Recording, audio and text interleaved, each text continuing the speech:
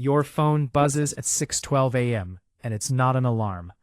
It's Marisol, the property manager for the 6-unit building on Delridge, telling you a pipe burst in Unit 4 sometime overnight, and there's water in the stairwell. You read the text lying flat on your back in the dark, and before your feet even hit the floor, you've already done the math nobody watching your life would guess you're capable of doing that fast. Emergency plumber? Probably $600. A day of lost rent on Unit 4? Maybe 2. A claim against the LLC's insurance policy if the damage runs past $3,000, which it will, because water always runs past $3,000. You type back one line, call Ruiz Plumbing, I'll cover the deductible. And by 6:14, you're in the shower, and by 6:20 the crisis belongs to Marisol again, not to you. This is Tuesday. This is most Tuesdays. You are 43 years old. You control 10 separate businesses through a structure almost nobody alive fully understands. And your first move of the day was solved in under 8 minutes, without a single person you'll see today knowing it happened. Nobody built this on purpose. Not really. Not in the sense of a master plan drawn up on a whiteboard. It accumulated the way a coastline accumulates, one wave at a time, until one day you looked up and there was a shape to it that hadn't existed 5 years earlier. The rental properties came first, back when you were 29. 4 buildings bought slowly with money that took years to save. Then a car wash you bought at 33, because the owner was retiring and the numbers made sense in a way that felt almost embarrassing to walk away from. Then a small logistics company at 36, a landscaping business at 38, that you bought mostly because the guy running it, a contractor named Delmar, was about to shut it down rather than deal with a lawsuit from a disgruntled former employee. And buying it out from under the mess turned out to be cheaper than starting one from scratch. By 41, you had a stake in a dental practice, a laundromat chain with 14 locations, a small manufacturing outfit that makes packaging components nobody outside the industry has ever heard of, and a minority position in a friend's software company that you never talk about because explaining equity stakes in seed-stage startups tends to end conversations at dinner parties rather than start them. 10 businesses. One person holding the wiring diagram in his head. Nobody else has ever seen the whole thing. The architecture underneath it looks nothing like what people imagine when they picture a mysterious rich man running a corporate empire from behind a desk. There's no war room, no bank of monitors, no assistant hovering with a tablet. There's a holding company formed 6 years ago on Denise's advice that owns a controlling stake in each of the 10 operating entities. Under the holding company sit 10 separate LLCs, each one walled off from the others the exact same way the rental units were walled off years ago. So that if the laundromat chain gets hit with a slip-and-fall lawsuit, the logistics company and the dental practice stake and the rental buildings are sitting behind a legal firewall that has nothing to do with luck and everything to do with $340 an hour paid to a lawyer a decade ago. Above the holding company sits a trust, and above the trust sits nothing, because the trust is where the paper trail runs out of road on purpose. You are the trust's sole beneficiary. You are also on every document that matters, almost invisible. What makes 10 businesses different from 2 isn't the money. It's the load. You learned this the hard way at business number 6, the laundromat chain, when you tried running it the same way you ran the rentals, checking in personally, knowing the manager by name, reviewing the weekly numbers yourself, line by line. It nearly broke you. There are only so many hours, and a business owner who insists on being the single point of failure for 10 different operations isn't running an empire. He's running toward a breakdown with better spreadsheets. So somewhere around business number 7, the manufacturing stake, you stopped trying to be the operator and started being something closer to an air traffic controller. Each business has its own general manager or managing partner. Each one reports up through a different channel. Email, a monthly call, a quarterly packet, and none of those channels cross. The car wash manager has never met the logistics company's operations lead. The dental practice's office manager doesn't know the laundromat chain exists, has no reason to, has never asked. You are the only wire that runs through all 10 rooms at once. That wire has a name, sort of, though it isn't yours. On paper, the entity that sits above the holding company and beneath the trust is called something that means absolutely nothing. 3 words that don't Google well, don't sound like a person, don't sound like anything at all. Your accountant, A careful, unhurried man named Whitfield, who has worked with you for 9 years, sees every dollar that moves between the 10 entities and the holding company, and has never once asked what the trust is called or who ultimately benefits from it. Because that isn't the piece of the picture he was hired to see. Your bookkeeper, a woman named Eileen who works 4 hours a day from her house 2 states away, reconciles 10 sets of books every month and has never met Whitfield in person, has spoken to him maybe 6 times by phone in 3 years, and has no idea the 10 businesses she reconciles are connected to each other at all. She thinks she has 10 separate small business clients. In a sense, structurally, she does. Denise, your attorney, sees the trust and the holding company and the legal skeleton connecting all of it, but she has never once looked at a single operating P&L, has never asked what the laundromat's gross in July versus January, because that level of detail isn't risk exposure. It's just noise to someone billing $340 an hour to keep the walls standing. 3 people, 10 businesses. Nobody holds more than a third of the actual picture, and the third each of them holds doesn't overlap with the others in any way that would let 2 of them compare notes and accidentally reconstruct the whole. You built it that way on purpose, the same instinct that put the rental properties in separate LLCs a decade earlier, just scaled up until it stopped being a legal precaution and became something closer to a philosophy. The fewer people who can see the total, the fewer people who can ever hand the total to somebody else, whether out of malice or carelessness or just an offhand comment at the wrong dinner table. Here's the part nobody puts in the highlight reel. Running it this way is exhausting in a specific, quiet, cumulative way that doesn't look like exhaustion from the outside. There is no single dramatic crisis most weeks. There's just the weight of being the only node the whole network runs through, permanently, with no vacation from it, because vacations don't stop pipes from bursting, or employees from quitting, or a health inspector from showing up unannounced at the laundromat on 4th Street. You've taken exactly 1 real vacation in the last 4 years, 9 days in a rented house with spotty Wi-Fi, and by day 3, we had fielded 11 calls, approved 2 emergency repairs, and talked Delmar off the ledge after a landscaping crew member backed a truck into a client's fence.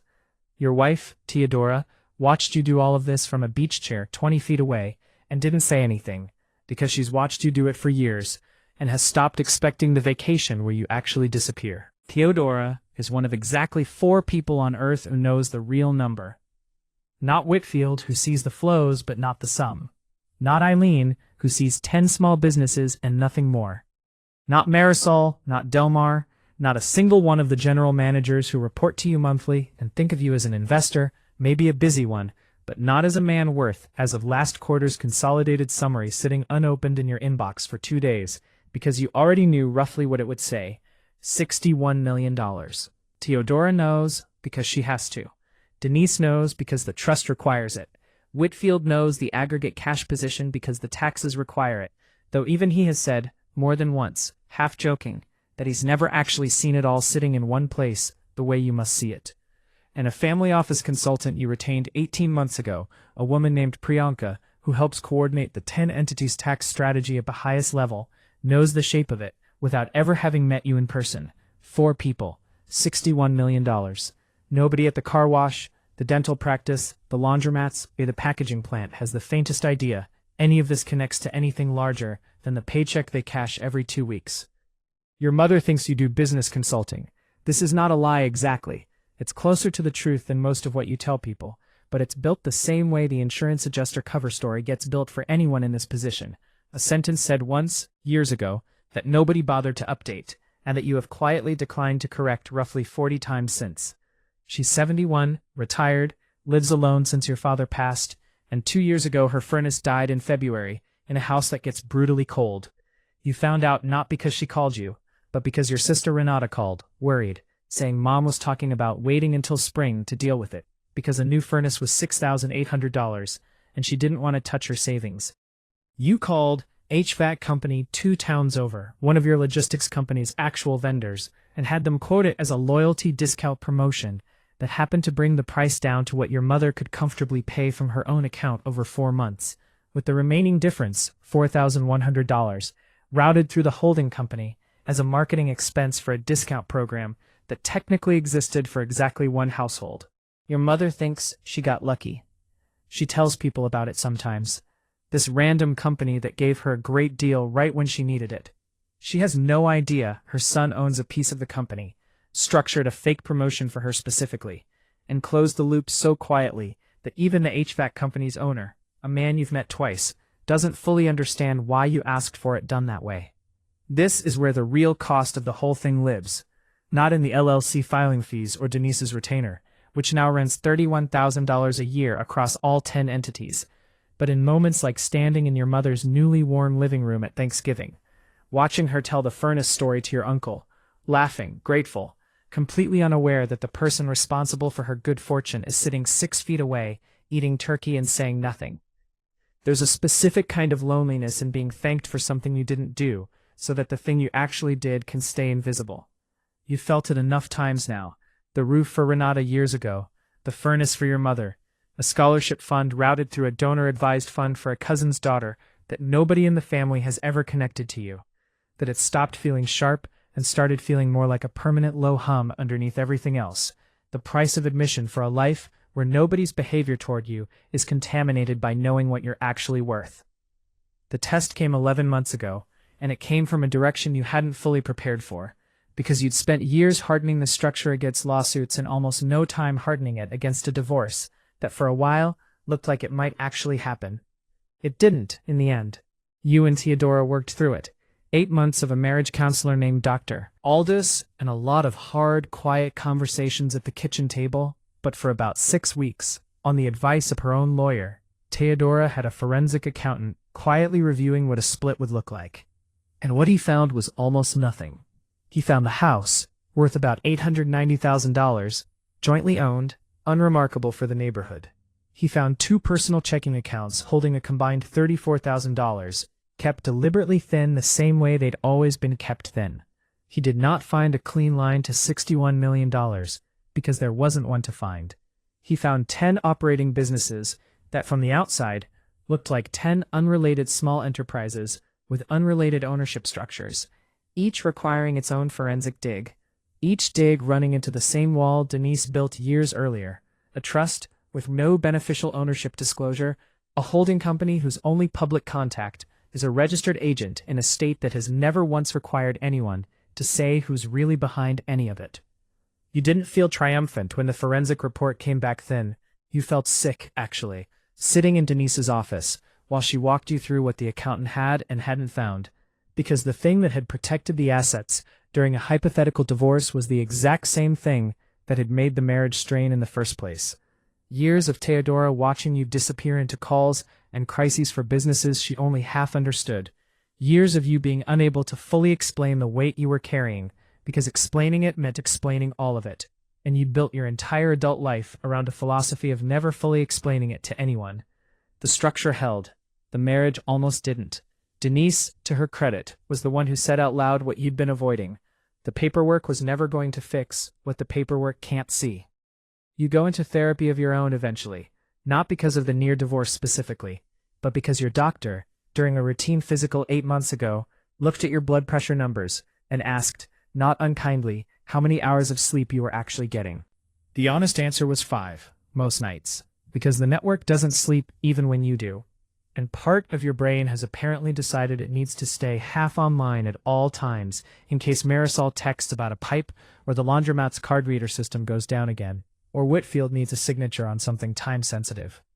The therapist, a calm, unhurried woman named Dr. Okafor, spent the first 3 sessions just building a map of what your actual week looks like. And by the 4th session, she said something that has stuck with you since. You've built a structure that protects your money from almost anyone who could threaten it. I'm curious who's protecting you. Nobody, really, is the honest answer. That's not a complaint exactly. It's closer to an acknowledgement of a trade you made a long time ago without fully clocking that you were making it. Every layer of the structure that keeps the businesses safe from lawsuits, keeps the wealth safe from a bad divorce, keeps her mother from ever having to know she's dependent on you, keeps Renata from feeling like a charity case, also keeps you the single load-bearing wall in a 10-room house where nobody else can see the whole roof. If you got hit by a car tomorrow, Whitfield could keep the money moving for a while. Denise could keep the trust technically intact. But the actual knowledge of how the 10 pieces fit together, which vendor relationships matter, which managers are one bad quarter away from needing intervention, which businesses are quietly propping up which, that lives in exactly one place, and it isn't written down anywhere, because writing it down anywhere is its own kind of risk you've never fully solved. So you've started slowly, over the last 4 months, doing something that feels almost more radical than any of the LLC filings ever did. You started writing a document Denise calls dryly the succession memo, a plain language explanation of all 10 businesses, how they connect, what each one needs to survive a transition, sealed and held by Denise's firm, to be opened only if you can't run the network yourself anymore. It is, in its own way, the single most exposed piece of paper you've ever created, a complete map of the maze that took 15 years to build. And it exists specifically so that if the wire that runs through every room finally breaks, someone else can pick up the pieces without the whole structure collapsing into 10 disconnected small businesses run by people who never knew what they were actually part of. You still haven't told your mother. You still haven't told Renata, though you started, slowly, letting her see slightly more than you used to. Not the number, never the number, but enough that she stopped assuming the furnace was luck, and started gently asking better questions you've started carefully answering. The car wash still needs a new compressor this month, $4,200. Approved before breakfast, forgotten by lunch. The laundromat chain's 4th location is up for lease renewal, and the landlord wants 11% more. A negotiation Priyanka is already running before you finished your coffee.